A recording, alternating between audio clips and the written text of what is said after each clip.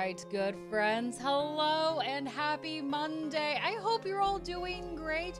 We're here on Pink Pixels because this is a space where we love to pull in good stories, where we love to lift one another up. And let me tell you, I don't know if it's because our days are getting longer, but I am loving Mondays. I am loving just the energy of it. I feel so invigorated that I look up and the sun is still here. Now, of course, as we go throughout our wonderful show this evening, we're going to slowly see my sun dip away and I'll have to rely on my lights instead. Or, of course, the wonderful basking glow of our guest this evening. But in either way, it's always good to think about how we can build momentum, right? How we kind of charge our days up, how one thing leads into another. Because let's be real, right? Nothing exists in a vacuum, and ourselves included. Like, it's hard to be like, I'm just going to go into this one thing and I'm going to bring my best energy without pretending that the thing before it, the day before it, the week before it doesn't impact it, right? Because it does.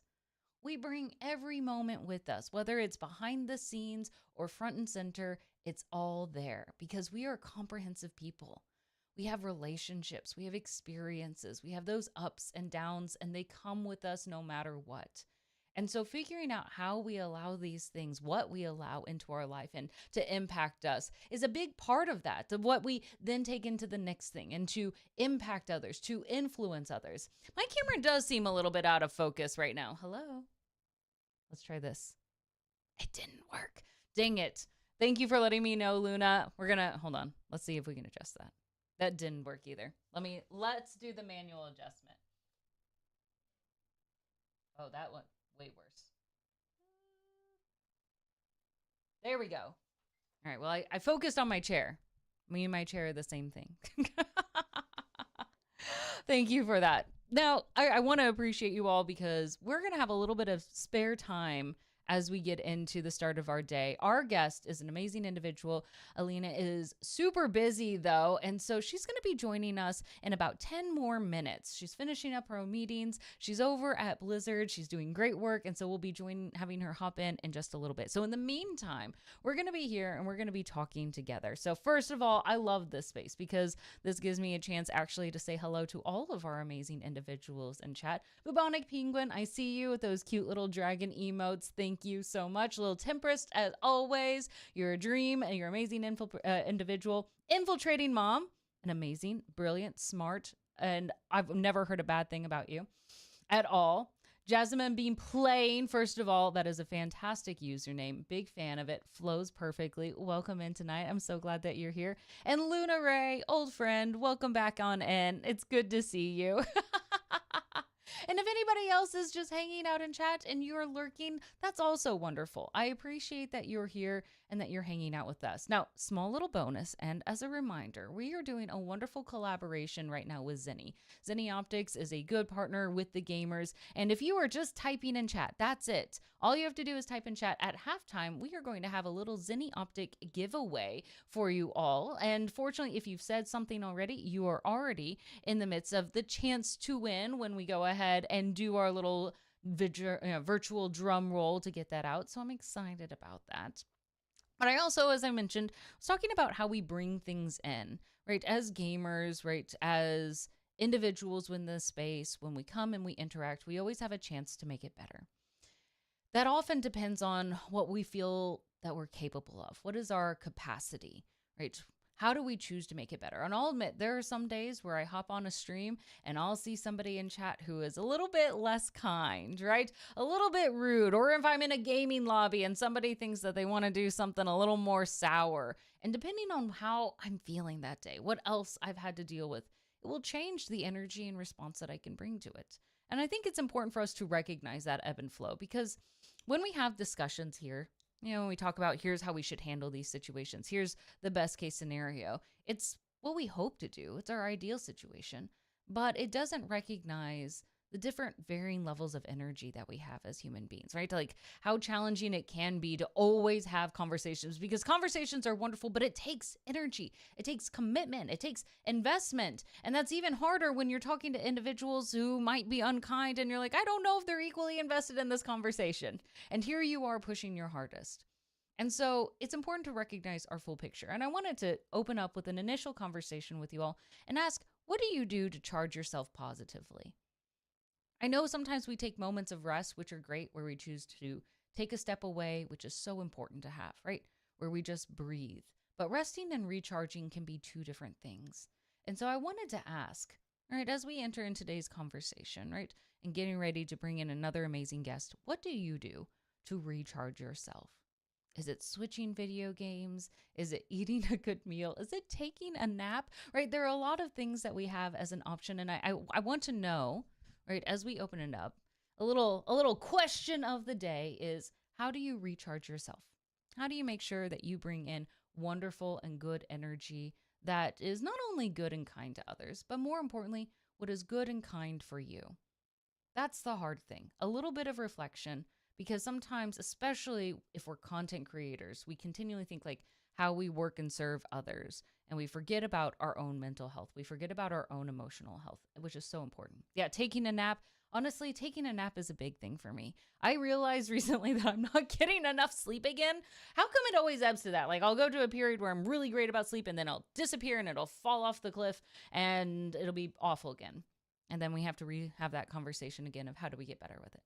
Tony, Dominique, hello, hello. I love the little tiger emotes. Welcome. Come on in. We're getting ready to prep ourselves as we get ready today.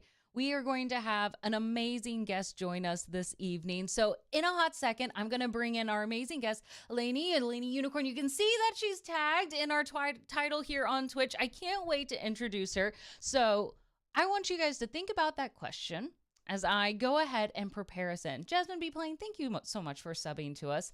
I'm so excited that you're here and you're joining us. Infiltrating Mon, depending on why you need to recharge. Ooh, actually, that's a really good point. Depending on why we need to recharge, because that will require different things that can feed it in and to support us. What a good thought on that. Okay. You listen to audiobooks. Ooh, that's a good choice. A good way to kind of recharge, help ourselves out. That's a really good thought. I like that a lot. Okay. All right. Have a warm cup of tea in the sun. Oh, isn't that so important to have? Yes, I love that. Good. And of course, playing video games, also a really good choice. Some video games are more recharging than others. You like playing your card games though. Yes, card games are always a really great way to do this as well. There's no wrong answer. It's really just understanding yourself and what works for you at the end of the day. So important. So I love that. That is a really great thought. Now, today we're going to go ahead and get ready to bring in our guest. My studio mode isn't working for me, so we're going to do it live here for a hot second. So you guys are going to see a blank screen here, but I promise a guest is going to appear, right? It's kind of feeling like an unlocked character. Sort of situation. And Eleni, I know you're listening in because you're getting ready to prepare, and I see and I love that. Thank you. So get ready to come in hot, good friends. Let's get ready as we welcome our guests into this evening and keep providing your answers. Like Jasmine, I see you doing a puzzle, Sudoku. Oh, is that digital puzzles? I love these informations. Keep giving it to me today because I love to hear it. All right, let's go ahead and pull in our guest cam here for us today as we bring it in. Da-da-da-da. And we'll hope it works exactly as planned. And who's the guest? Who's that guest? There it is! All right, our amazing guest, good friends. Here we are. Thank you for working with us and enjoying and sharing your wonderful tips and tricks, including paperback puzzles, which is always so much fun. And we're going to turn into our next part of our wonderful interview here as we talk to Eleni. Eleni, I'm so excited to have you here. Thank you for hopping in. I know you are not here on the East Coast with some of us. You are elsewhere. So I want to know who you are, introduce yourself, wonderful audience that we've got going on here. The floor is all yours. Awesome. Can you hear me? Okay. Oh, yes. Perfect. Okay, cool. Okay, perfect. Hello, everybody. My name is Eleni Rivera. I am a narrative designer at Blizzard, and I work directly with Diablo 4. I've been a narrative designer, video game writer for like 2.5 years now. Before I was at Blizzard, I was at Respawn, and I was working on Apex Mobile before we got sunset. Rest in peace, Apex Mobile. And before that, I had been working in the film industry for about 8 years.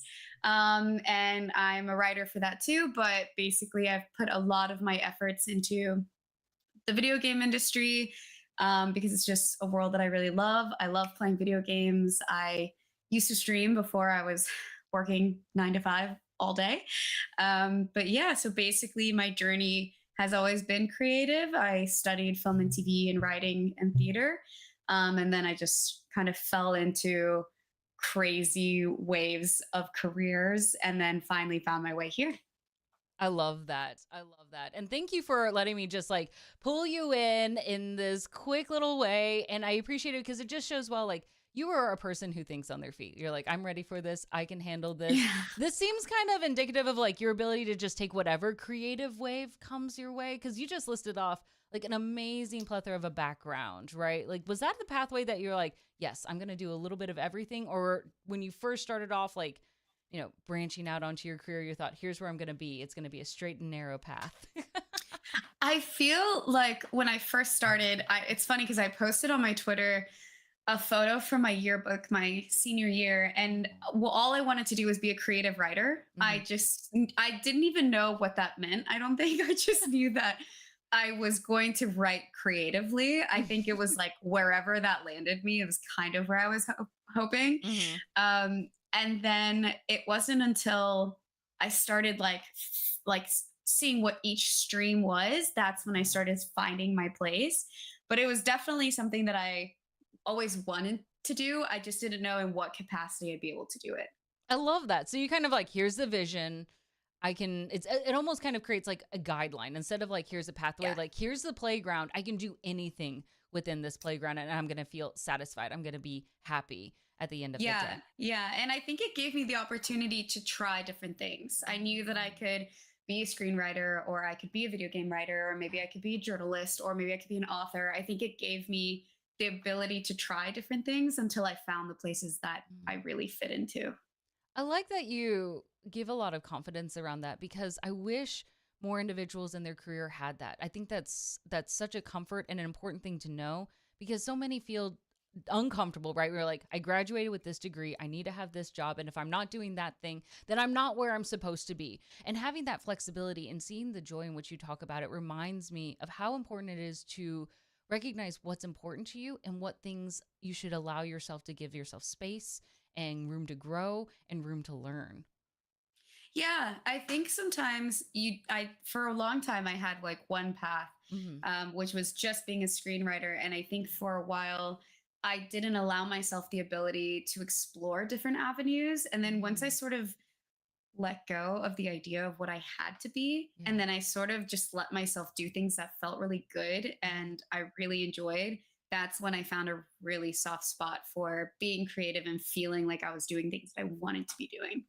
I love that, right? Like you're like, oh, I get to discover more about who I am and what I Yeah. like in this space. now, Yeah, it now, was lovely. writing is an interesting take, right? Like when we think about like games, writing teams and what you come up with, like those are lines, these are characters that people get attached to. What is it like to see people get so hyped about your work? Honestly, it's crazy. I think it's really crazy. Like, especially because sometimes Mhm. I think you get so caught up in just hitting deadlines and having to like Um, just make sure that we're writing enough NPCs and that we have enough gossips and that we have everything that's building this world. And mhm. you sort of love that character, but then you're like, okay, on to the next thing. You don't think about them ever again Yeah. until way later when someone's like, oh, that random NPC was so cool, and you're like, oh my Well, yeah, thank you. they were cool. Thanks. I Yeah. forgot. Yeah. I forgot that that was a thing. Um, and even characters where people don't like them, I think Oh. is kind of fun because I think it helps us understand what players connect to and what they don't Mhm. connect to. And I think it's always fun to challenge the players in terms Mhm. of characters. I think it's a really fun time to hear that they don't like a certain character or they love, or then you have those people who are like, I love this character. I'm going to die for them. And they're like, absolutely not. This was the worst character. And I think it's really, it's just really fun because The you just have such spectrum. a flavor of people. Yes. Yeah, with like this one thing that you're like, wow, that really sparked such a conversation that was Yes. unexpected. I love this because that's such a healthy take. It's so easy, like when we hear like, oh, they didn't like it, to feel impacted by it. And I want to steal that because I think this is the best approach of you're like, I've learned something. Oh, that's how they tick. Oh, this isn't. Let's throw a few more at them, right? Like that's such a good a choice to make to test the grounds. It gives you Yeah. freedom to not say like everything has to be liked, right? It says you can create things that make them respond. Oh, that's I fun. love it. I love it. I love it. Okay, I need to type down little things like this because these are nice little takeaways because being in the creative space, so much of what matters is how people respond to your work. Whether it's, creating beautiful murals, you're writing scripts or poetry, part of the conversation behind art is the person who takes it in, how they're impacted by it, how they're telling a story. And so you hop into some fairly large franchises, but also I know I saw some recent film work also coming out as well, which I'm really excited about. You create so much cool and interesting work. What is it like when you put something out there for the first time? Like it's the launch date or it's the screening and you're waiting to see how people respond. Those first kind of conversations and reactions come in. Yeah, I think I black out a little bit. That's healthy. Yep. where, We'll take it. where you're like, oh my God, I don't know what I've done. How did I get myself in such a vulnerable place? Why do I keep doing this? Yes. And even working for a big game, even introducing a new character, Hmm. for Apex Mobile, introducing a character like Rhapsody, Hmm. I think there's just a little bit of like this anxiety knot that's in the pit of your Hmm. stomach because part of it is always your creation, but it was a collaboration. So you're never going to Hmm. have a full product that was just yours. Hmm. So there's a lot of what ifs, and there's a lot of things like, what if we did this? I could have changed this. Maybe I should have fought harder in the room for something like this. But at the end of the day, you sort of have to like let it go Hmm. and just let everybody take it in and then learn from what the responses are. But I will say it is a bit nerve-wracking. I feel very vulnerable every time Like, what are they going to something say? comes out. Yeah, exactly. And I, in yeah. screenings, I'm like so scared that I Mm. just try to talk in my head so I don't hear responses and I don't hear what other people are saying. That's one way to handle it. I'll say that. But I think it's good, like not maybe the blackout moments, but it's because you care. Like you want Yeah. them to respond well, to not necessarily always feel like happy about it, but to have emotional connection, response to it, that your work has left an impact. You really do feel invested in Yeah. this. I think for many of us, when we go through as playing of the games, we don't often think about how large or how many people are working on the team. So when you work on something like whether it's like Diablo 4, how large of the teams are we talking about when it comes to the narrative group? When it comes to narrative, Hmm. it really depends on how big the game is. For mobile, it was me and another writer, and Hmm. it was just that. It was just two Just of you us and two. our producer, and we did everything. We did copywriting, we did VO sessions, we did casting, we did all of the writing. It was a lot of work. Oh my god. um, for Diablo, I have such an incredible team of writers that I work with, and Mhm. it's really great because we're able to really collaborate and have writers' rooms, and we're able to really try to build the world that everybody knows. Mm. So it is a huge collaboration, and there's so many other people who are involved. There's quest designers, there's world builders, like the world designers, and then you've Yeah. got directors and all of our creative heads who have very very large impacts on everything that we're deciding to do. So Yeah. it really feels like it's like I'm painting a picture with a bunch of artists, and that's Mm. what we're trying to do. So we're just doing it together. I think it actually takes the stress and the pressure off of something being Mhm. perfect because I know that it's a collaborative effort versus just me having to do every single thing and it all fit flawlessly, Yeah. you know? It just kind of flows together and you know that together it will lift everything up. Yeah, That's yeah. I love hearing about the team size and it really definitely makes sure to say that you all aren't siloed. Like it's not just like you guys write the narrative and then you pass it along and they just have to work with whatever you give them. It sounds like you're in Yeah. meetings a lot. Yeah, tons of it's funny because I have to take like screen breaks Yeah. during the week, and I'll like read something, or I'll go sit on my balcony, or Mhm. if I'm on the Blizzard campus, I'll go for a walk, because you really are in so many meetings and you're in so many conversations that your brain Mhm. needs a break from having so many creative discussions. Yeah. And sometimes you feel like you're going in circles. I Mm. sometimes feel like, did we even solve anything, or did we just go in circles trying to get something out of it? But weirdly enough, the end of the week happens and something gets solved. Like, I don't know how it works, but Magic. something happens and we figure it out. I think that's funny. But yeah, like meeting, meeting, meeting, magic, and then done. We made it, right? Like that's the Yeah. process. I think that's really funny. But I it's also such a good reminder of like taking breaks to process information, because meetings, it's as you mentioned, like creating and doing this collaborative art piece, you have to take a step back to be able to see this massive mural that you all are creating, because those meetings are such a hyper focus and you come up with a lot of ideas and you put out a lot of details, but it's like, how do we fit it together with this bigger, broader piece that it fits Yeah. in? That's hard to That's do. that's why QA is so important. And that's why Hmm. testers are so important. When you're so close to the project and we're just like inputting narrative and we're doing all these cleanups, Hmm. and the quest designers are doing what they need to be doing, and everybody is building, art is doing what they're doing, you do need people who are a little bit disconnected, Yeah. and they can give you the point of view like, hey, something doesn't fit here, something's not working here. Yeah. And we need enough time for us to do the work, put it in the engine, them to test it, then give us the feedback so that we can go back in the engine and then shift it the way that it needs to be shifted. But you need people to take a step back. So while they're doing that, it gives us a chance to take a step back. So it's Okay. always like having a little bit of a break, because another team will take it and then you get to like come back to it eventually. A little bit of a breather, revisit, grow. Yeah. Okay. I Yeah. actually, let's take a long view at this. Let's say project is starting out, right from the beginning. What does it take? Like, what are the generic steps that we go from beginning, hey, we're going to start and we're going to do this game and you're going to help us create it, versus all the way to launch, right? What, Oh, see, that's what, because I feel like no one knows. Like, do you just write some things out? It goes back and forth for a little while. Like, you're talking about years of work, but the way you made it sound just condensed it so much.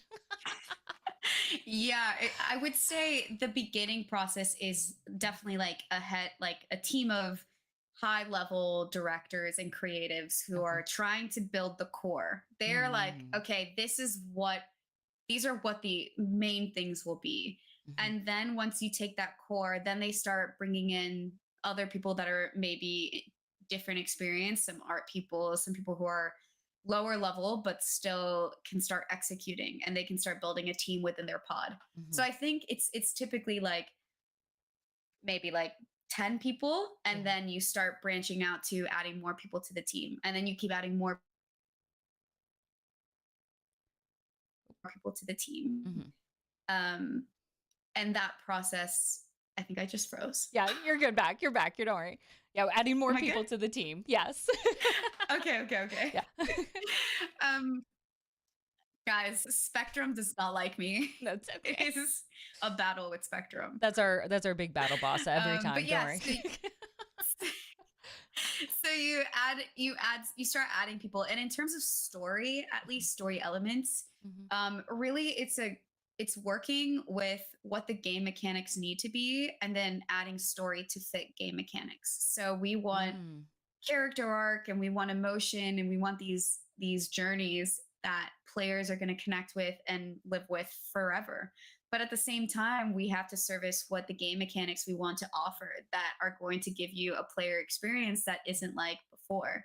We want to offer brand new game mechanics that maybe it's like, oh, D2 didn't have this, but D4, wow, this is incredible, right? And Yeah. you want to challenge yourself each season, like the seasons that we're coming out with.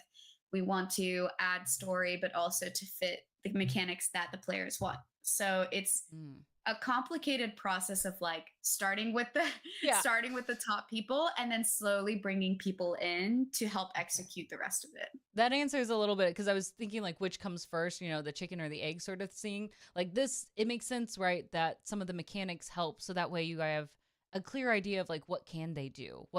How do they Yeah. interact with the world? What are opportunities that they can do X, Y, or Z to help guide that dialogue? Oh, interesting. Okay. Now, at what point do you start bringing in like character artists? Is that something where it's kind of created separately and then it kind of comes together, right? Because I imagine tone and personality still might be inspired by how they might look, but how they might look might come from like how the writers are picturing them and writing them up. Another chicken and egg scenario. So I'm just curious, like, Yeah. at what time do you bring in people? Because it's such a big project with so many different voices. I would say they're almost around the same time because Mhm. you've got people like the writers. I can give a really great example, at least for Yeah. Apex Mobile. We Yeah. were creating a new character, Mhm. and we were talking about what this character can do, what this player or the hero. What are they called again? It's been so long. Listen, we'll The go with here. legends. The legends. The The legends. legends. So what the legends could do, what were their abilities? And if their Mhm. abilities mean that they carry something on their back, then that's a really big deal for the character artist, because Mhm. that character artist needs to think, okay, so it needs to be a practical item that they're carrying on their back. Yeah. And that's something that we sort of work together. I would say it's really almost at the same time. In terms of story, that's overall story, Mhm. for something like Diablo, the narrative team will come up with story first, and then the designers will start bringing in visuals to help sort of solidify what it is that we're thinking, what the creative director is thinking, and then we sort of choose what looks good and what feels good and what visually we can actually accomplish in the game. Okay. That's wild. So then is it divvied up like that some writers tackle like the characters or some focus on certain story elements?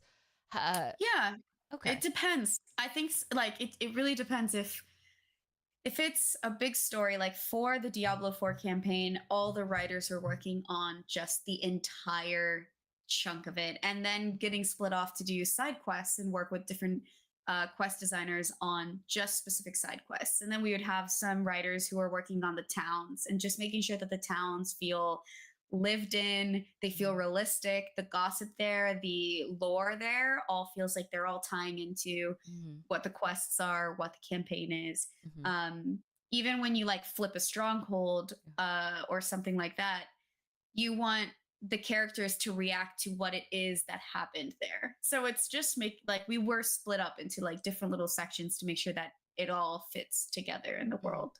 And still sounds cohesive. That's got to be the hardest part of having so many different voices, writers, creatives on it and still making it sound like this is one voice. Is there like, hey, Yeah, here are the guidelines? Is there some sort of like establishment of like here's how we talk?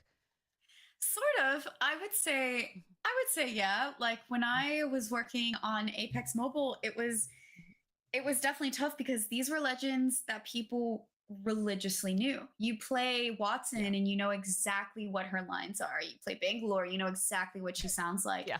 And it's knowing that, oh, Bangalore comes from this militant background and Watson comes from this French background with her love Mhm. for her father and the love for the game, right? Mhm. And you get approval from your lead writer to make sure Mhm. that it all sounds cohesive. So, Mm. same thing in Diablo. We know that the tone is dark and we know that there's some gruesome, it was Mhm. a little sad, but Yeah.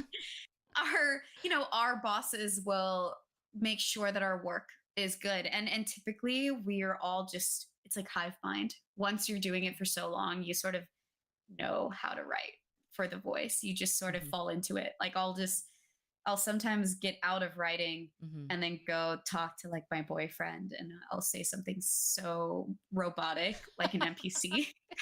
You're like, hold on, I got to go write this down. I will say something like I'm gonna send him on a quest and he's like, who are you What? talking to? Me? No, What are you-" yes. Is this kind of like how method actors are, but you're like more of like a method writer? Like you just become them Yeah, for a while. It's just easier. I, I basically. I love that. Now I gotta ask because I'm always intrigued, right? Like you mentioned, like sometimes you gotta write some of the lore and the gossip. Wonder is there a particular across many of the projects you've done? Is there like a little gossip or a fun little like subline that you've thrown in that you think like, oh, people are gonna like this. This is gonna be a little bit different, or this is something that you are really proud of creating. I do think adding a bit of like humor where it's Yeah. like really dry humor because I'm not super funny, but I think that sometimes Own it. Own it. You're funny. I Come can on. I can think of something that's just like a bit like The Office or something. Yeah. And I'm like, I wonder if anybody will notice that. I don't think right now there's like a funny thing that's come out in Diablo 4 yet, but Mhm. I hope soon enough it will be out and Okay. it'll be hopefully people will click it and be like, that was funny. That was a good one. Those little chuckles to that we have to ourselves, like, oh, I like that. Those are like to me the way that you can be the most creative and free Hmm. when it comes to like a lore book that you find in the dungeon or when it Mm. comes to a town gossip. That's where we get to be a little more creative when it comes to actual campaign dialogue and campaign story. Hmm. um, it has to be so deliberate. We have to make sure that the player knows exactly what they need to know in Mm. order to understand campaign and what their next objective is. Yeah.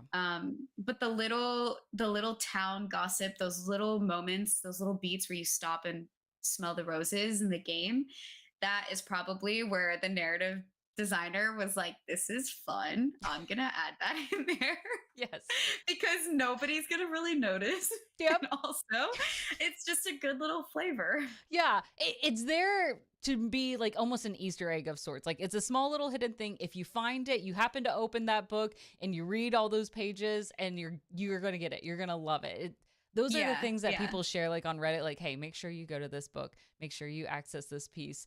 Make sure you read this grimoire card, right? Because they're gems. They're yeah, gems.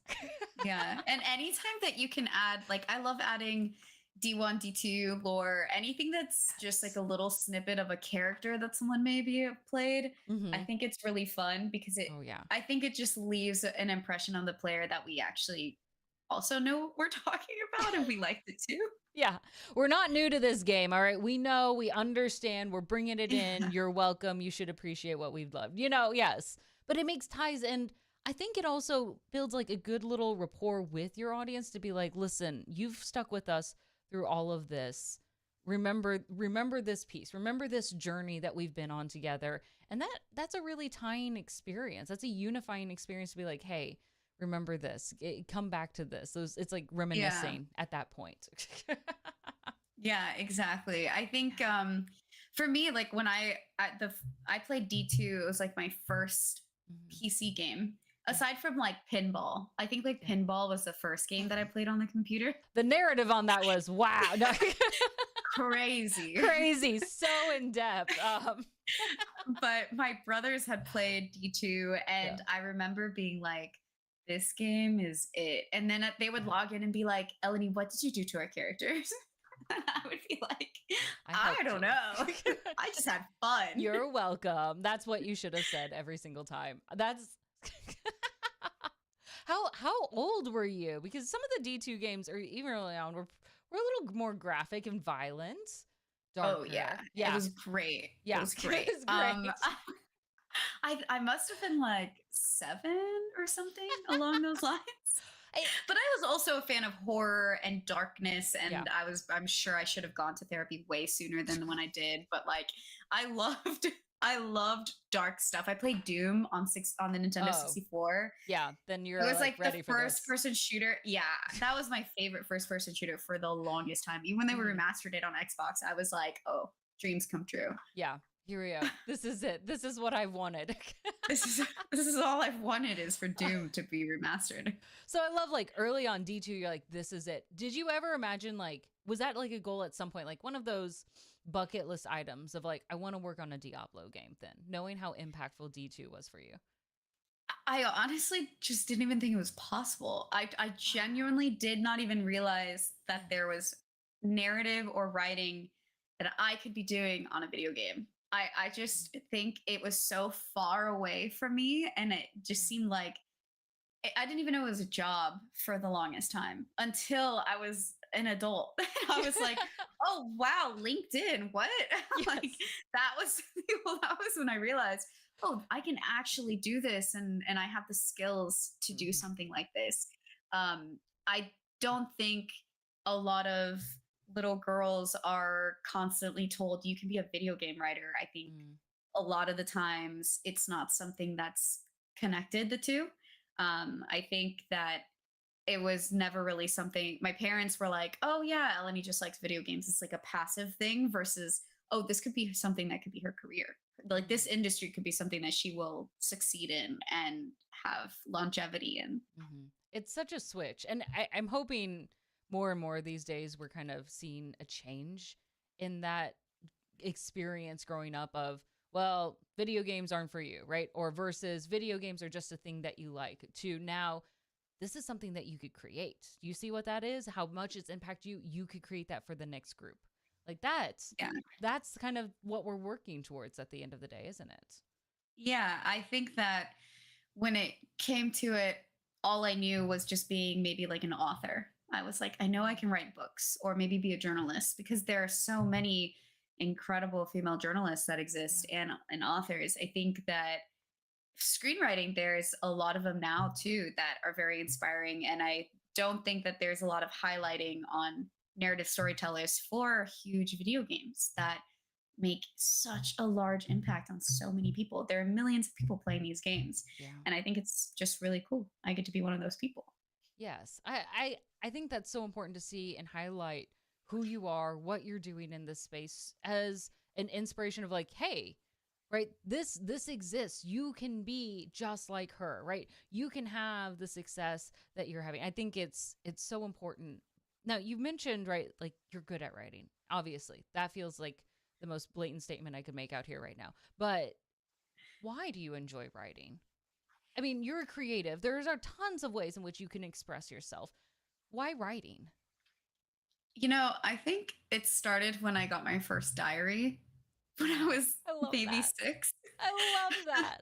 My brother, I have like such a specific memory of my brother winning this little diary at like Dave and Buster's at like that type of maybe like a Chuck E. Cheese or something. Yeah. And he was like, hey, I got you this diary. And I was like, what is this?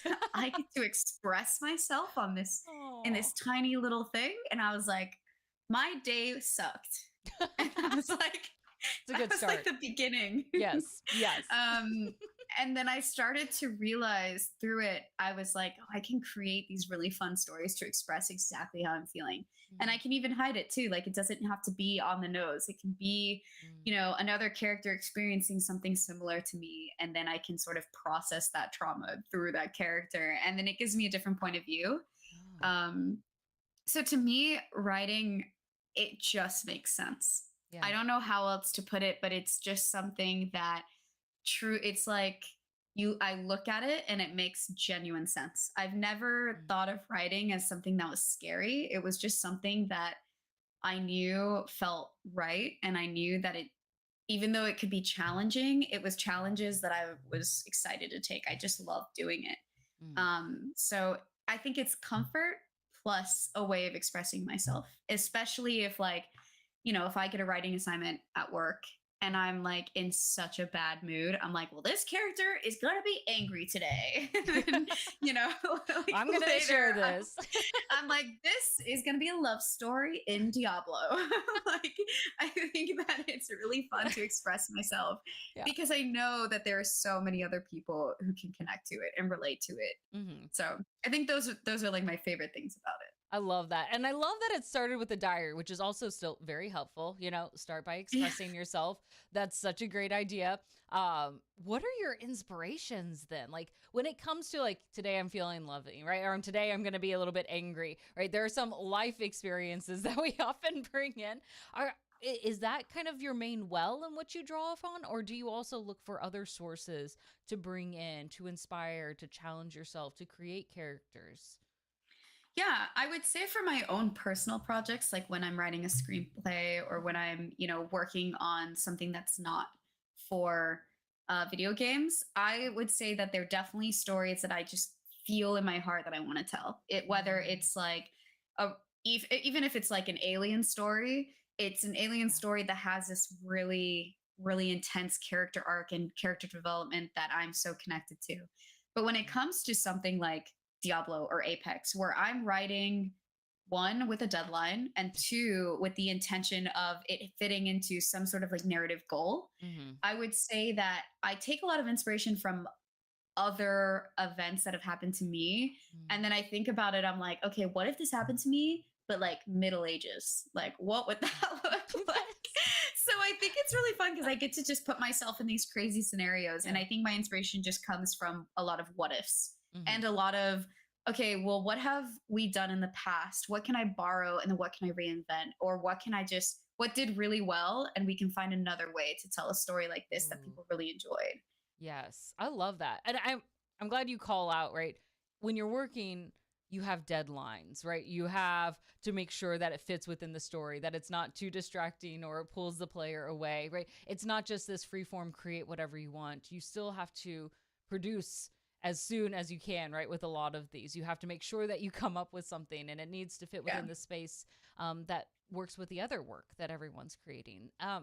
That are there times where you ever think like you jot something down, like maybe if I ever write for a different thing, do you just save some nuggets for later on where you're like, it's not the right piece here, but it could Yeah. be good elsewhere? Oh yeah. Even if I wrote something where I was writing a like a TV pilot Yeah. and then I was like, "Oh, this would actually be so much better in a video game." Like if I could if there's ever a time where I need to write a character like this or a scene like this, I could borrow from that and vice versa. I think it's Mhm. really fun to store that stuff because you just never know when you're going to need to use it again or when you're like, "Okay, now this is the time Mhm. to tell that story." There is Yeah. a really fun quest that I pitched and it just couldn't fit in our schedule and it couldn't fit in the scope of what we needed to get done. So that quest design that I pitched got cut and I was like, dang it, it was such a good one. There was like this emotional arc. Yeah. And that quest designer, he's like a lead quest designer. He was like, well, let's just save it. Let's just see, maybe later down the line, who Mhm. knows, maybe we'll be building more quests Mhm. and we can add it in. And I was like, great. Yeah. And we can add it to, if we're doing another season, then we can just add it to a different season with a different undertone and then it can really fit in. That's good. Yeah, Right. There's never any wasted work. Like if it's good, we're gonna find another place for it somewhere, somehow. exactly. Yeah. I think that's always an important part. We're gonna get ready to take our little break here in a second, but before we do, I want to spend something that I think a lot of us struggle with, whether we're writers or not, and it's infamous, right? The writer's block. Right at the end of the day, where we're sitting down and we've got a project that we have to do or something that we have to write up, and we go to, and I'm like, I don't know what to do. How do you overcome that? Because it's not just some of us who are writing in our diary, like, well, I'll close it and I'll come back to it later. Like, again, you have deadlines. You can't be like, well, we'll work on it next week, right? Like, Yeah. how Yeah. do you, at the end of the day, do you go, let's churn this out? How do you create something even when you aren't ready to? I will say that my process for writer's block are very different when it's a personal project and then when it's work. Mm. I think in general for work, I just know I have to do it. There's like something inside of you that's like, you got to get your shit done. You just got to figure it out.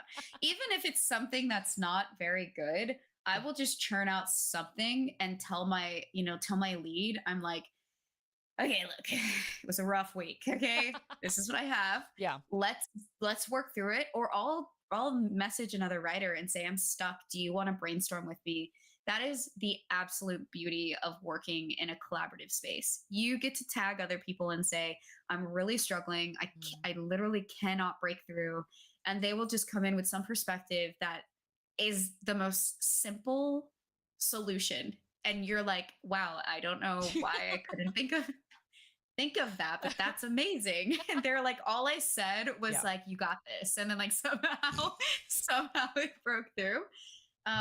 When it comes to a personal project, Yeah. I will say that putting it away for a few days, but Mm. giving yourself time to reconnect to the reasons you were working on it in the first place Mm. helps sort of bring in that excitement and Yeah. sort of triggers like it fires those little pistols, whatever they are. Yeah. Um whatever those things that are firing. Either That's works, right? As long as it's working, right? so I think taking a breath Yeah. and then finding ways to reconnect to it, but not just by sitting at your desk and sitting at your Mm. computer is a great way to still do research, to still be connected to it, but you're not sitting in front of it and saying, I have to write this scene, I have to write this quest, I have to figure it out. Because sometimes sitting there is just not going to do anything for you, Yeah. honestly. Just waiting. You're like, hopefully, maybe one day this might come to me. Yeah, Yeah. I mean, it's the whole like SpongeBob meme where he's like, Yeah. he takes hours and he writes that is, I've written the on a Microsoft Word document. And I'm like, okay, No. well, I guess that's it for the day. That's all I've got. But you give Yeah. us two really actionable takes, right? Like change your environment, get up, move, do something. Don't just sit there because it's not going to change. You're just going to have the word the that you'll outline again and again. You'll delete and then rewrite, hoping for something to work. It's not going to happen. And the first option, I think it's so smart, and I think we often forget to do it, especially if we feel uncomfortable with it, but asking for help, communicating, be like, here's where I'm at right now. You've got a team. And I think sometimes when we think of team, it's just like, here, I'm given what I have. And Yeah. that's not really what a good team functions as. Like it's supposed to help each other out where we might be struggling or when we're having a really good moment. Both ends of those, that's when a team should come in. It's not just taking these separate pieces and then putting them together. That's not a team. So I think that's so smart and often overlooked. Yeah, that genuinely my coworkers are amazing. I love them all. I think they're like incredible writers and world builders. Hmm. And it's always someone like even our copywriters, they're, our copy editors, Mhm. they are people who come from a creative background and they're with us all the time. So you will find someone and even in personal work, like, if you're writing a rom-com, I don't know, if you're writing a horror movie and you know someone who loves horror and be like, what would you do in this scenario? Or, Mhm. how would you feel about something like this? Mhm. And I think just getting that little bit of outside perspective really helps breaking through when you have writer's block. Oh, I love that. I love that. Yes. See, these are good things because at the end of the day, right, no matter who you are, right, we have deadlines. We have to get things done. We're churning things out and figuring out how do we utilize those around us? How do we utilize all the resources that we have? That's what really makes us functional, not just relying upon our own skills. Mm. Yeah. You've been so fantastic. We're not going to let you go. We're going to come back in a few minutes. So I'm going to have you go take a little bit of a water break, shoo you away, go stand up in a hot second. And I'm going to keep our chatters for a second because we're going to do a switch to a little announcement here. So we're going to go full screen back to me. Hello, chatters. I'm directly addressing you, Pistons. That's what it was. Da-da-da. Thank you. Thank you. First of all, remember that we've got a little bit of a giveaway. As Little Trimptress notes, right? All you have to do is type in chat anything, even if it's just a number one or, boo, whatever you'd like. All you have to do is type something and you are going to be entered to win one of our Zenni Optic giveaway options that we've been doing every week. Before we get to that, we have our Thunder Pick announcement, which I'm really excited to also showcase. So in our halftime break, you know that we have an opportunity here where we shine the spotlight on extraordinary talent within our community. So yes, it is time for the Pink Picks winner announcement. Remember, each week, you all submit incredible show of talent and spirit from femme-presenting gamers who aren't just playing games. They're changing the game to be changing the game. So today I want to recognize an amazing individual, a gamer who has made her mark on the industry. So first of all, a huge thank you to everyone who participated in sending your nominations for your Pink Picks. It's the support that makes Pink Picks, which is powered by Thunderpick, another amazing partner that we have, not just possible, but a powerful movement towards inclusivity and recognition in gaming. So this week's Pink Picks winner is... drum roll, please. Virtually at home as you hit your, wonderful gamer chair armrests. Mari, I'm so excited. I love Mari. So congratulations. Let's talk a little bit about who Mari is. If you don't know, from gamer to game industry professional, video games have always continued to be a big part of Mari's life. She's a live ops product manager, and she has managed partnerships and is a woman in games ambassador. Some of her favorite games include Modern Warfare 2, the 2009, Fallout New Vegas, and Minecraft. And during her free time, Mari plays volleyball and does heavy lifting at the gym. You can stay connected with her at mari.yalong, Yalong. And for being such an incredible part of our community, Mari will receive a swag bag from Thunderpig packed with all the essentials any gamer could dream of. We're talking, travel gear, high-tech gadgets, exclusive gaming gear, all of those fun stuff. Now, remember, this campaign is all about supporting and celebrating our peers in the gaming space. Keep those nominations coming in next week for our Pink Picks and continue to lift each other up in the incredible gaming journey that we all go through. So make sure you head over to the Gamers Instagram to learn how you can nominate next week's Gamer of the Week for Pink Picks. Congratulations, Mari. All right, so for our last little announcement, right before we come back and take a little bit of a breather so I can grab a drink of water as well, we are going to do our announcement for our Zinni winner. So let's go ahead and put it in for our win. I'm going to do our own drum roll here to find out our this week for the gamers. Our Zinni Optic winner from chat will be... and it'll announce in chat. And remember, if it is your name, all you will need to do is make sure that you respond to the gamer's message. Mata90, congratulations! Come on in. You're going to get a little message, a DM from the gamer's account where you'll send in a few little details so that way we can ship you a little bit of a gift. Congratulations. All right, good friends, we're going to take a small little few minute break as we fill up our water cups. Good reminder for you to do so as well. And we'll see you all shortly. Bye, everyone.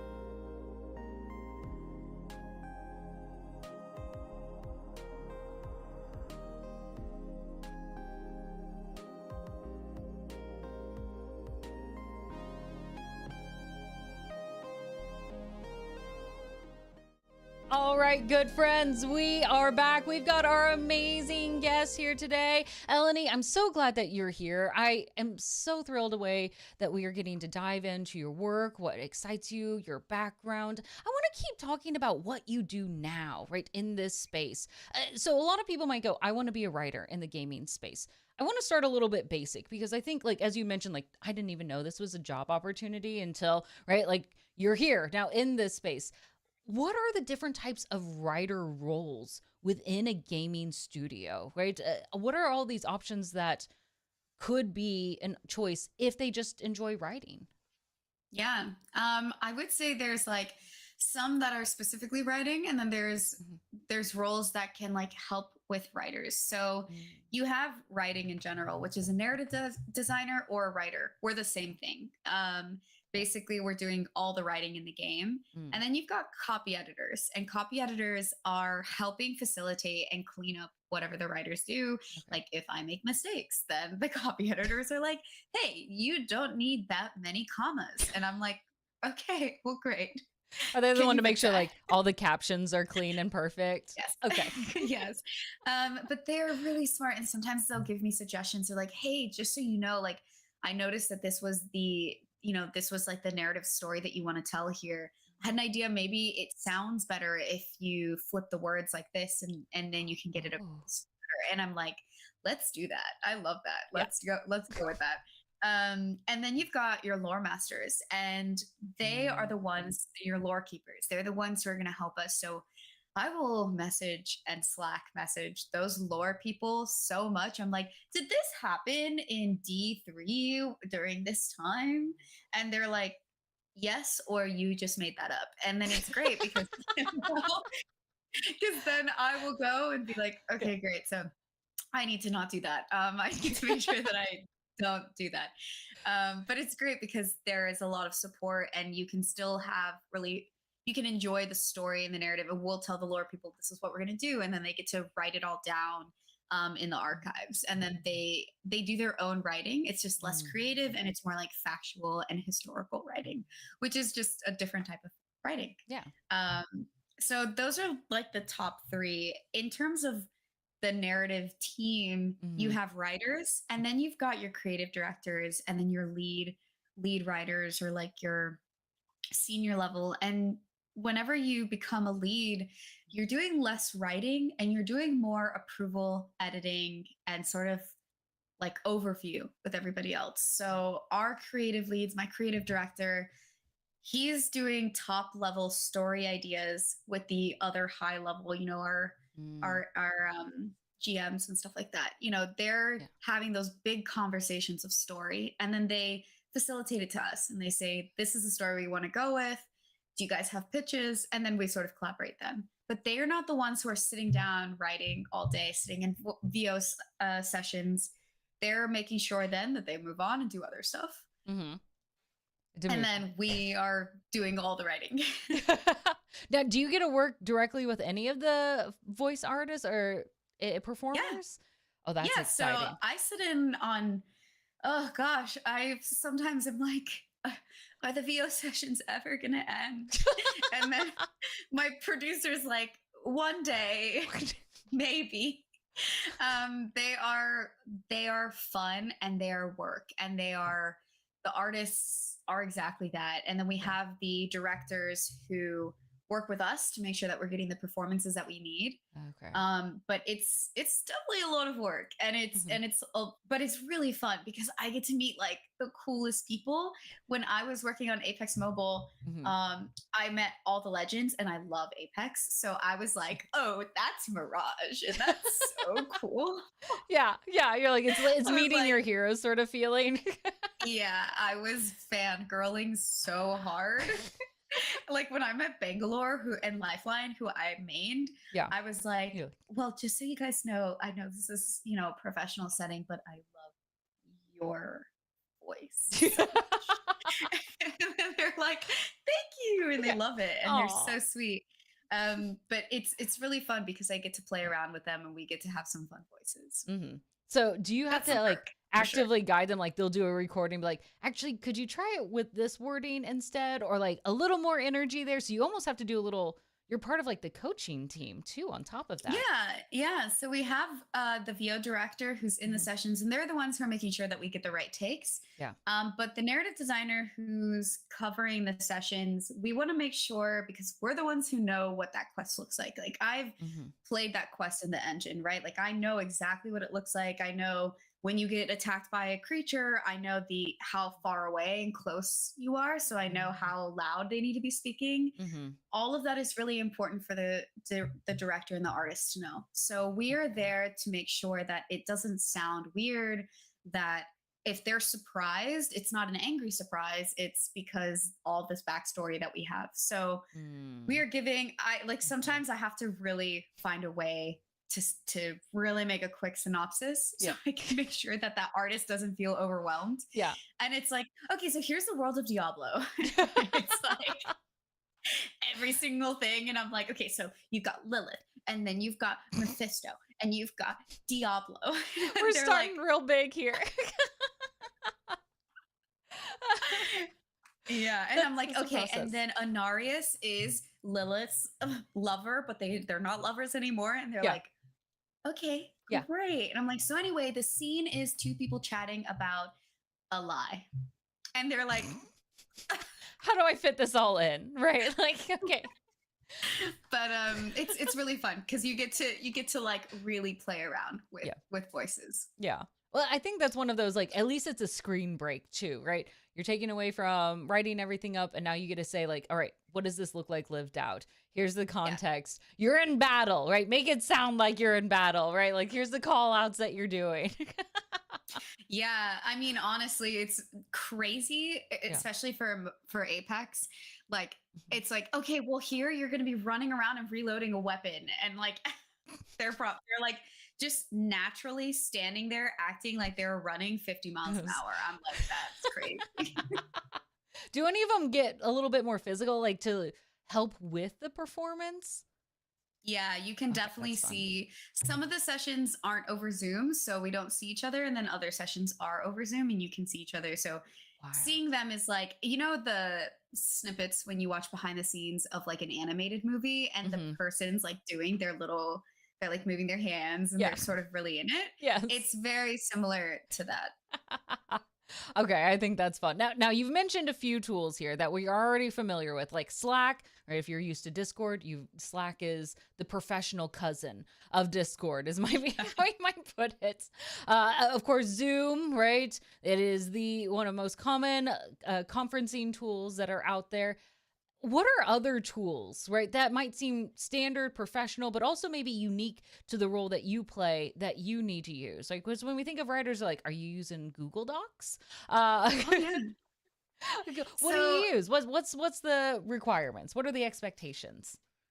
every studio does it different. That's kind of the crazy part. Of course Is they like, do. I learned everything that I needed to learn at Respawn. And then I went to, Blizzard and they're like, well, unlearn it because we do everything in Microsoft. And I was like, Oh, oh, great. I was in G Suite for however long. I would say just familiarize with any writing tool. So that's either Microsoft Word, mm, Google Docs, Final Draft. And then in terms of actual like work, yeah. I would say a lot of brainstorming was done on a Miro board. So Oh, Miro.com, like that's what we used a lot. mhm, That's how you can do sticky notes and sort of brainstorm with other people and collaborate. mhm. Another program for organization was like Airtable. I know that was a really big one. Ooh. It's just like documenting and organizing workflow. Jira is a program that Mm. we use for all of our tasks and our producers making sure that we are doing our job. Um, you know, What's the progress on this? Let's check in. All yeah. right. Okay. And I would say just in general for writing, just truly familiarize yourself with anything like that. So if it's Word and Google Docs and Final Draft, those are the top ones that you should know how to write in. Writing in script format, but then also knowing how to write in your own version of what a quest could look like. So if you want to write for an RPG, what does a quest look like to you? Do you include, the character? Do you Mhm. include what the character does? Do you include what the clicky is when you have to interact with that NPC? I Wait, think what was that making word it, there? Clicky? yeah. I don't know. Sorry, I'm asking because I did not know what that was. So, like, is that just like the interaction? Yeah. Okay, no, that's good. Like, okay, this is. See, I want to know this language. Thank you. Yeah, like the interaction, or if Yeah. it's like, if it's like a little item that you find on the ground, like a scroll or whatever it Yeah. is, you just want to make sure that you are including whatever it is that you want to include in the writing. I think that as long as you're getting the not just the visual but the story across really well and it makes sense, Yeah. then I think it just really works. Whether it's in docs or a final draft or whatever it is. Okay. So when you at the end of the day, like when you submit it, like right now, is it just submitting a Word document since you all are in Microsoft, which breaks my heart for you because I know SharePoint is not as fun. It really depends. Like I'm sure if I wanted to, I could submit it in a different format, and Yeah. it's really what's comfortable for you and what makes Mm, sense for the studio. It's okay. really yeah, and you'll get used to it. Whenever you work at a studio, Hmm. they give you the tools to succeed. So they give you the tools that make sense and that seamlessly integrate with everything else that they're working Okay. on. So whatever it is, it will make sense and it won't feel annoying. Well, okay, that's sorry. Sometimes you will be annoyed with technology. It's just what it is. Yeah. Yeah. There's no perfect Especially as a program, writer. right? Like, let's be clear. Yeah. Yeah, I will say that I wish everything was in Final Draft, but that's because I come from a film and TV background Hmm. and I'm used to writing in script, like very strict script format. Um, I have coworkers who love working in like an Excel sheet and they love like putting everything on one side and all their edits on another column and then another edit on the third column so Hmm. you can see everything you've done. Where I like to have like truly different versions of drafts. Yeah. Um, I know some coworkers love just putting it in a Google Doc and some put it in a Microsoft Doc. So it really just depends. As long as the work gets done and it's readable and openable and people can leave reviews, then you're good to go. I think that's the important thing. Readable, editable, or commentable, right? Yeah. Yeah. Yes. Yes. At the end of the day, can you collaborate with others? But I think that's good for you to like, because sometimes it seems like, okay, there's these big things. What are the barriers, right, that I can do to make sure that I'm minimizing it and make my path clear to get to the spot that I want? How Yeah. how did you find yourself, right? Getting to work on, let's say, the mobile app. Like, how do you get into these jobs? If somebody's saying, like, I want to be a narrative writer, I don't have anything to my name yet. Where do I begin to even start to Oh, apply? I have advice for this, but let me just plug in my Yeah. headphones because I did not charge them. It's okay. And it is giving me the beep of death. Yes, yes, we don't want that. And by the way, as a small note for everyone else, if you have questions, right, go ahead and type them in chat. All right, I'll pull out some of the best ones that we've got. Feel free to ask. These are your opportunities to also learn, to dive in. So ask away. All right, floor is all yours. Okay. So in terms of like experience, Hmm. I think that it really if I came from a film and TV background, and I think that a lot of video games are wanting to have, especially Diablo 4, when you watch the cinematics, those cinematics to me, they make my hair like stand on the Yes. back of my neck. When Hmm. I watched them and I watched like by three they come and I watched Lilith come out of that guy's blood, that is something that like Beautiful. you just don't forget, you know? Hmm. Yes. Um and I think the point is that they want to come with these really beautiful stories that are deeper than just quest lines where they're like, hey, go Mhm. fetch this potion and then come back. What they want are for players to really feel like they're in that world. And I think that it does take a bit of like cinematic knowledge to get there, Mhm. and experience of what a player wants and needs when they're watching or playing the game. So when it comes to experience and you can't break into video game writing because you don't have a video game job, Mhm. I would say write in that capacity in other ways. So if Mhm. that's getting into competitions, if that's like, Yeah. there are tons of screenwriting and video game writing competitions and festivals that you can submit to. Some of them are free, some of them Maybe costs like $25. If you're a student, you can usually get discounts. Ooh. I would say do that. Build up your resume and start getting attention in other ways as a writer. Because at the end of the day, when you are a writer, you're a writer through and through. So it will translate and you will be Mhm. able to get some acceptance in one world. And that will come through in another world if you have that love and passion for it. And I would say write a quest, just write something and then keep that as a portfolio. Have your friends think about it and say, oh, I would play that quest. I would love playing something like that. Mhm. Having that experience is really important because even though it's not the gaming industry, even though maybe you're not in the film industry or a screenwriter, you're getting attention from other people who can appreciate your work and start placing it. So they're putting it in it like, oh, I got third place in this, competition. That's a really big deal because you're competing with hundreds of other people who are applying. Really elevating your work and getting that attention can really help. And you can put that on your resume too. Put Mhm. your work experience and then put like, hey, finalist on this, finalist on that. And when they look at your resume, it's like, this person can do it. Let's give them an opportunity to at least read their work because then you submit your samples and your samples are going to speak for themselves. Ooh, I love that. And that's so actionable. Like instead of like waiting for hoping that somebody will give you like an internship or that first job in, like start submitting your work. Put it out there. Start creating. Right? That's such an important part of instead of just hoping someone will be there, just do it at the end of the day. Yeah, you'd be Mhm. surprised. Like, even if you did a quest, like reading of it, and you invited Mhm. people on Twitch to like watch it, and then you can like have Ooh. other people comment on it. I think that's just a great way to practice and to put your work out there and start just getting people to give you input. Mhm. That will make you a better writer. And then the more that you feel comfortable putting yourself out there, the more that you'll start doing things where things will fall in your lap, or you'll someone will hear it or somebody will watch it and say, hey, I've been thinking about this one quick little job. It's just a contract job, but it could get you just a week of working on this one little project. Would you want to do it? And then you have another thing on your resume. So you just never know with small things like that. Yes. Like it's worth it to put your effort out into it and to create something. And I love the idea of like again, doing it on Twitch.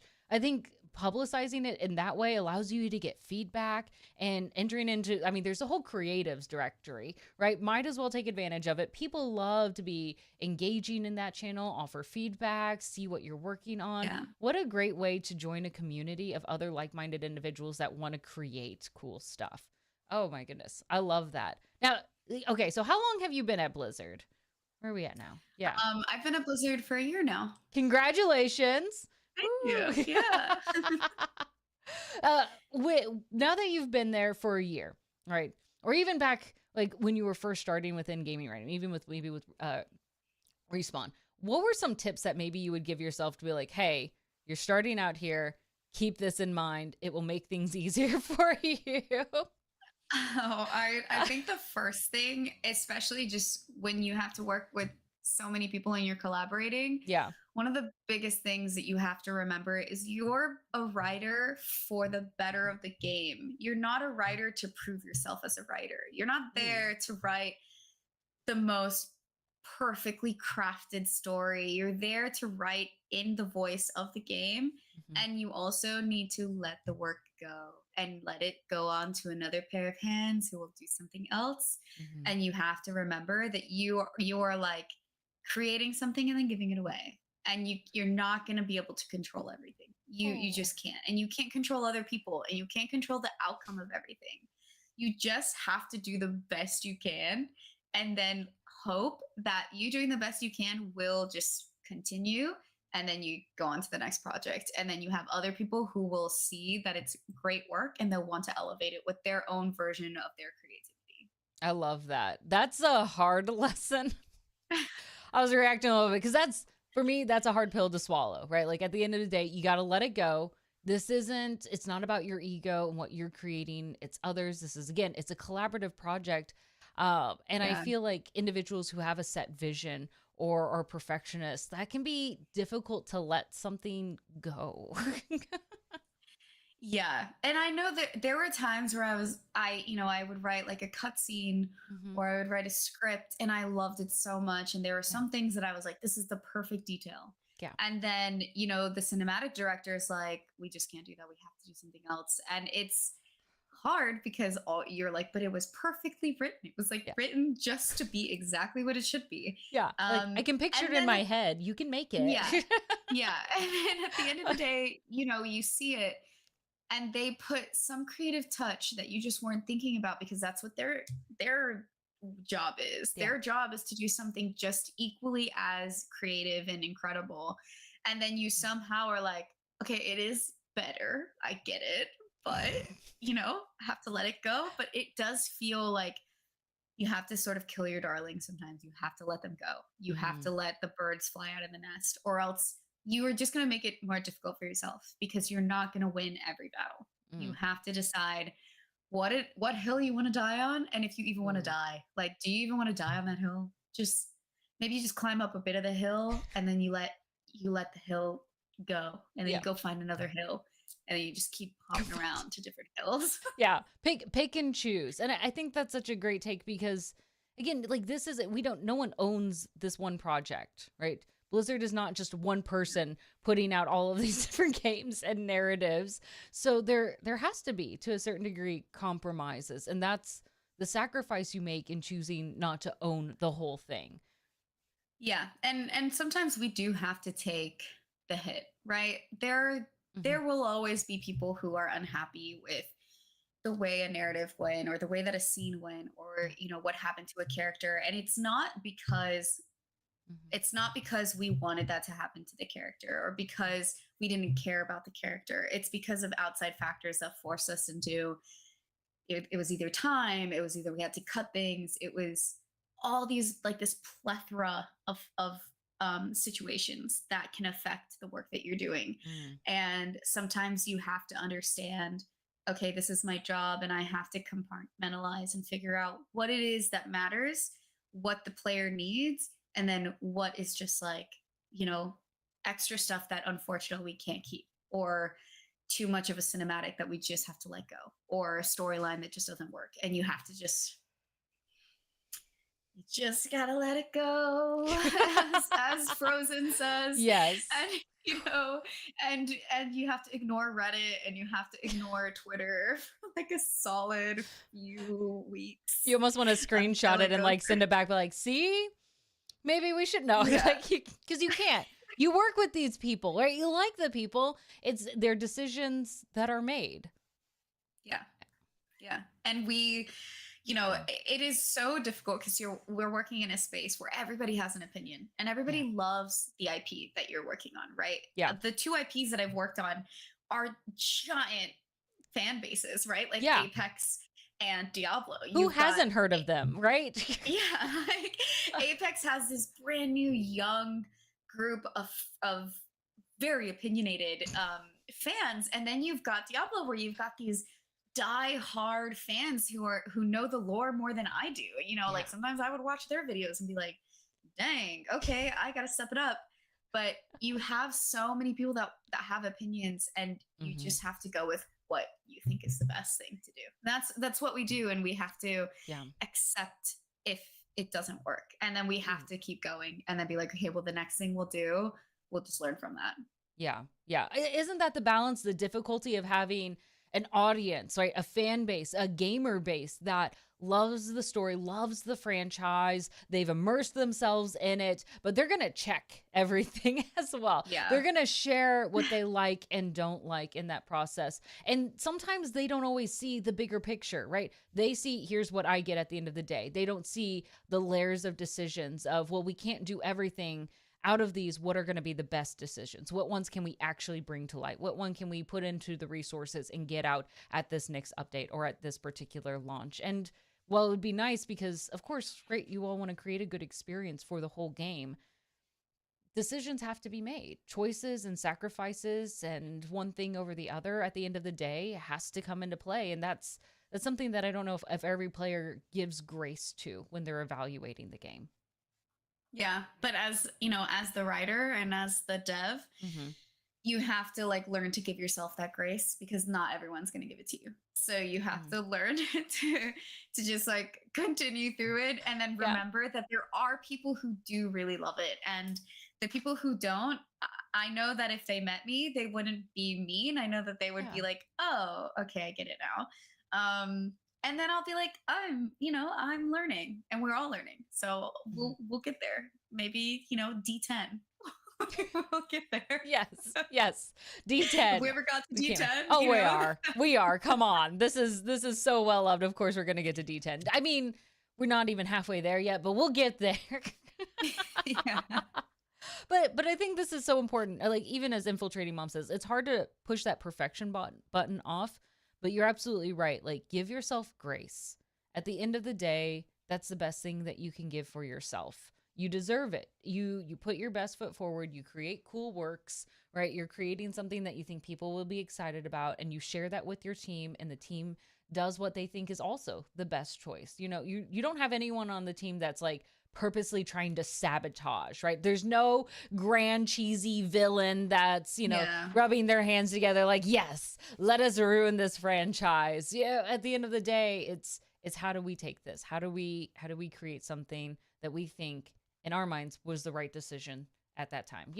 Right? It's Yeah. it's it's all you can Exactly. do.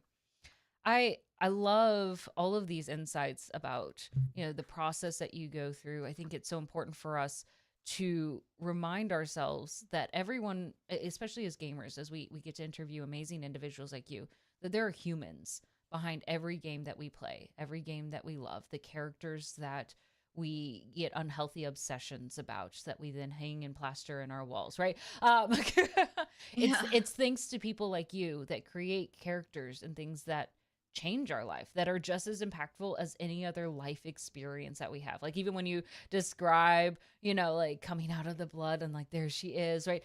These are moments that we remember just as well as sometimes like as our birthday parties that we Yeah. go through, right? They're important. And so I want to take a small moment and thank you because you all go through a lot. You create really cool work. You create, and more than just cool, you create impactful work. You create stories and places where we want to build our worlds in, that we want to continue to come back again and again. I think that takes dedication. I think it takes talent. I think it takes people who genuinely care.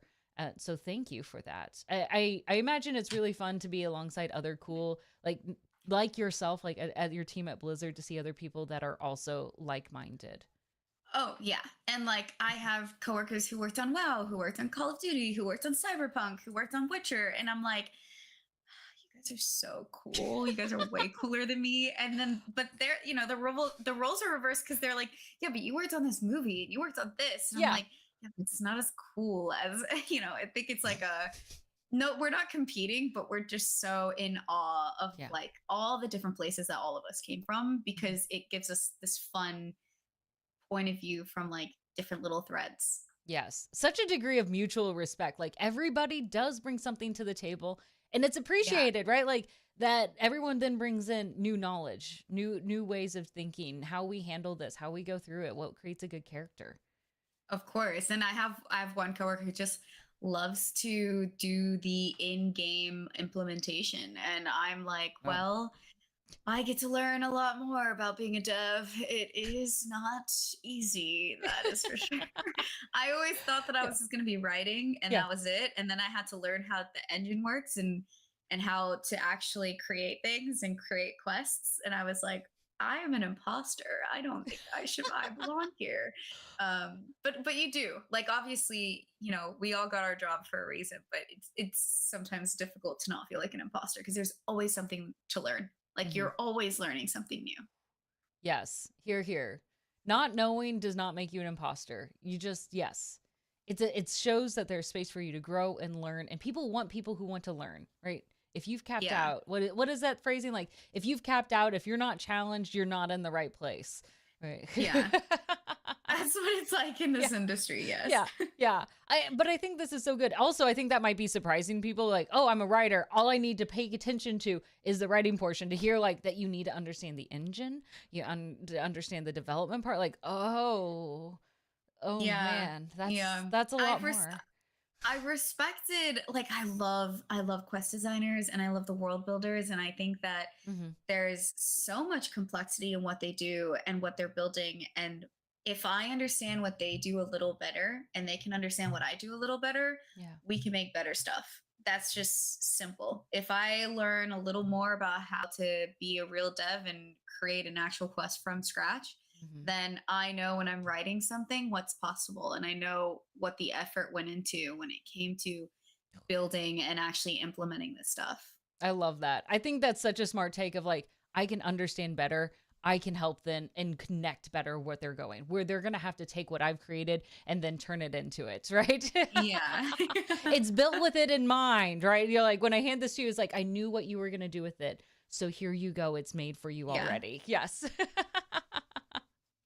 I love that. I love that. I also want to kind of highlight what Ink My Life says. Like when people say like you are a real dev, right? Like at the end of the day, you know what you're doing, right? You are a Yeah. dev. You are a dev. You are a writer, right? That's so important for us to think about like how we wear titles and how we take ownership of the space that we're in. I see this from a lot of individuals where we try to minimize who we are, and that's not kind to ourselves. Yeah. Yeah. I think it's interesting because there's a lot of Mhm. like a lot of people talk about what a dev is, what a dev isn't. And I think that if you are working on the game and you are helping develop the game, whether you're QA, whether you're a writer, whether you're Mhm. actually building, whether you're an art designer, I think that you are a dev because in the end of the day, we're developing a game. But Yes. that's just me. Nobody fight me, please. I don't want to fight We're me. not fighting you today. We love it. We love it. But I think it also like as you learn and you challenge yourself to do this, like kind of echoing what IT dude says, right? Like as a non-game software dev, like you appreciate like when people try to learn like what you do and how to help you in it when you're collaborating, that's a degree of teamwork that is so valuable to have because there are some people like, well, that's not my job. But if you look beyond those blinders and you go like, I see where you're going to take this, how can I help this transition a little bit more? That collaboration makes things so much smoother. It brings kindness into the space and it clears up a lot of communication challenges, I imagine. Yeah. Oh yeah. I mean we work with so many different departments, and Mhm. I think the point of our bosses is to protect us. So we don't have a bunch of incoming requests and we don't have a bunch of people giving all of their input. Yeah. But I do think that there are times where we'll share a board, like a collaboration board, and I'll be like, "Oh, that's what you were thinking when we were talking about, Mhm. whatever design. Okay, now I can write in a voice that makes sense for me and that makes sense for what you created, so I can look at an artist and take their creation and then sort of give it my own spin. Mm. But that only works because I know, okay, this designer Mhm. was I know that they're going to be working on something like this, so let me reach out to them and make sure that I'm putting in the effort so I know what they're doing. Oh, I love that. I love that. It takes a lot of awareness beyond just here's the skill, here's the task. Like I think some people forget like when it comes to the job, it's more than just can you do the job, but it's can you work in a professional setting with other people? That's it's a whole nother skill Yeah. set at the end of the day, right? Like how you Yeah. negotiate, how you have a work awareness. Mine is not always Yeah. very high, I'll admit. I think like also working in the film industry, you have a level of having to like understand what each department does because Yeah. that's sort of what you how you're able to get things across. I directed and I've written like 3 shorts or 4, and they were all like very low budget. They were like 25 to 30,000. And Mhm. even then I had to make sure that I understood what my DP did because I'm collaborating with them in terms of visuals and framing.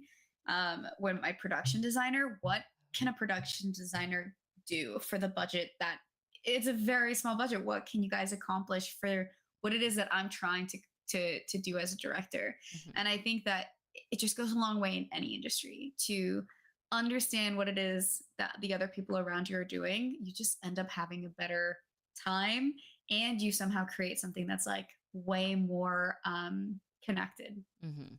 I think that's so great. I think that's also just, again, it's a consideration of how it works. Now, I want to switch gears for a hot second. We're getting close on time, but I want to ask for you, what makes a good narrative for a video game, right? Like at the end of the day, if for in general, how do we evaluate and go, yes, that's good? I would say, What are the hallmarks, right, that we might keep an eye out for those of us who don't have a discerning writer's eye? I would say for me, it is a combination of story and character development, Mm-hmm. but there is room for gameplay. So you can enjoy the game and the world, and you're not just being given dialogue and line and all this information like too much. Mm-hmm. I think when you're able to combine those two things and you give the player a chance to understand story and character narratively, and then you get a bit of gameplay mechanic where you get to sort of immerse yourself, and then you get to go back to the narrative and the narrative comes back around in this fun way and you're like, oh yeah, I'm getting into it. I think Yeah. that's the sweet spot for like such a good narrative gameplay combination. Mm-hmm. I will say like one of my favorite narratives in general was Tomb Raider. Was the 20 it was like 2012 The new, yeah. or When it it kind of was got the rebooted and everyone was like, yeah. yes. Yeah, I just felt like I had been reintroduced to Lara Croft in a way, especially as an adult, because I knew Lara Croft as a kid, Mm-hmm. and then as an adult, I was so connected to Lara Croft's story. But then also at the same time, I got a chance to just like enjoy the gameplay while also like uncovering a bit of this character. And I think that for me, narratively, is the sweet spot. I just Mm-hmm. love telling stories like that. I think that's a really good balance because sometimes, yeah, I would have thought like, oh yeah, as long as you write a good story, but that kind of negates or ignores the whole video game part, right? Like, Yeah, yeah. oh Like I yeah, want to also play it. yeah, like what I do matters. Like it's not just story, and then like we'll have you shoot some bad guys, that's kind of like a side Yeah. thing, and then we'll have back, like, but that it needs to matter, that it builds, that there are implications. That's important. Of course, now you with writing. You've chosen and you work for games where narratives really do matter, pinball excluded, right? Like in that experience that What do you mean? oh, Pinball sorry. is the number one narrative. There, I bet somewhere out there in like the deep internet somebody has created some pinball lore out there that I'm missing. But you, why do you think narratives are such an important part of some of the biggest franchises that we've seen in the gaming space, right? Seeing how the behemoths they are and are now influencing other media forms like TV, movies, Yeah. music. Yeah. When you think about a game like The Last of Us, Mm. right? And you're Mhm. like, oh, I played it and I was unwell for like a week. Like That's a good way of putting it.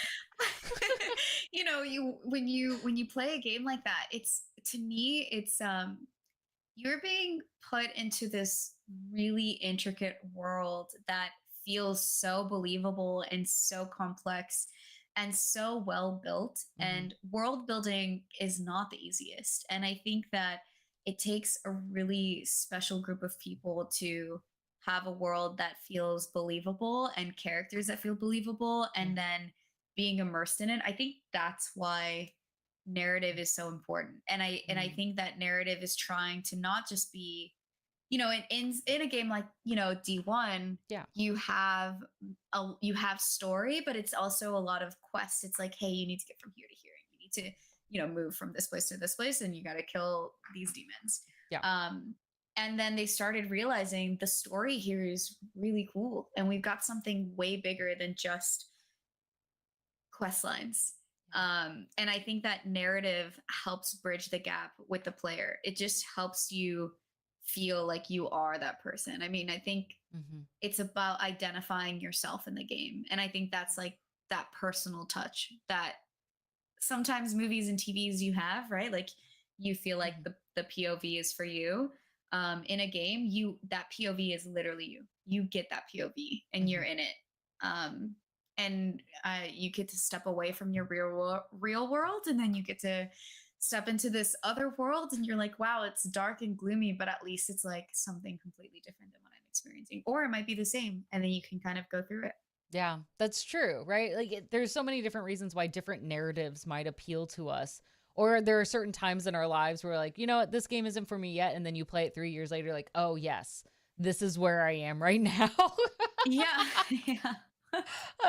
But you're right. Like there's that degree of immersiveness and thinking like with your writing, how do you provide context behind the quests, the actions that you're doing? It's not just, yeah, there's this little thing and you do these side things, but what you do is meaningful. Right. Yeah, These side quests sometimes aren't tedious for tedious sake. yeah, sometimes, a quest designer can give you a quest and they're like, "Hey, Mhm. this is so cool. It's got this creature and you Yeah. fight it and blah blah blah." And then, a narrative designer will be like, "Okay. Okay, let's add something deeper to this. Yeah. Yeah. What is it about this that we can really bring it full circle?" And it doesn't have Mhm. to be like the most intense story. Right. It's just bringing some themes in it that maybe either connect to the campaign, or it's a theme that Hmm. is something that maybe in that part of the town, that's what these villagers are experiencing, and you're sort of tying it together.